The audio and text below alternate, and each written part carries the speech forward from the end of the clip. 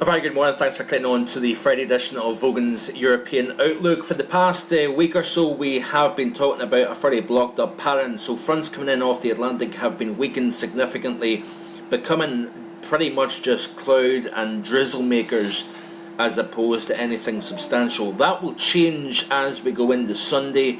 Before we get there, however, we have another approaching weather front from the west that, like its predecessors, will fall apart, have a hard time penetrating this area of high pressure that the UK sits on this western flank.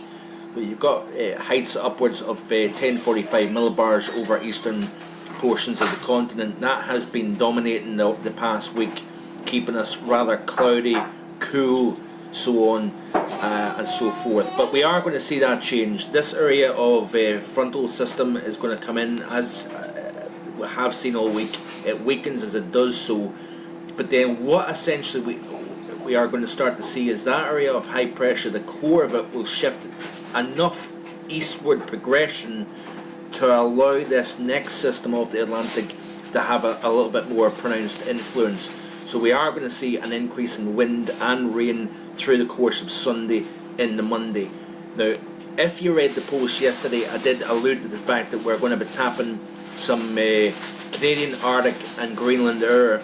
This is a very cold air mass that this area of low pressure is dragging. Thankfully, we're knocking about 30 degrees off its original source temperature of -40 at 850 millibars. What we're going to see is probably the air cooled at about -10 at 5,000 feet.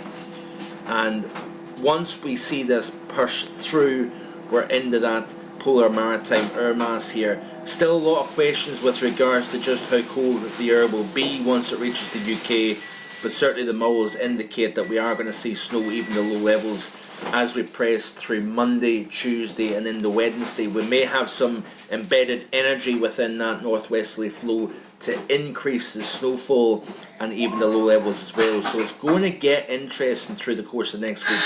Despite the positive North Atlantic oscillation, we have a negative Arctic oscillation, and that of course is feeding Arctic air into the fairly active westerly pattern down at the middle altitude region. So we're turning colder as we go through the second half of the week into the start of next week, and it looks as if we're going to maintain a fairly cold, brisk pattern through next week.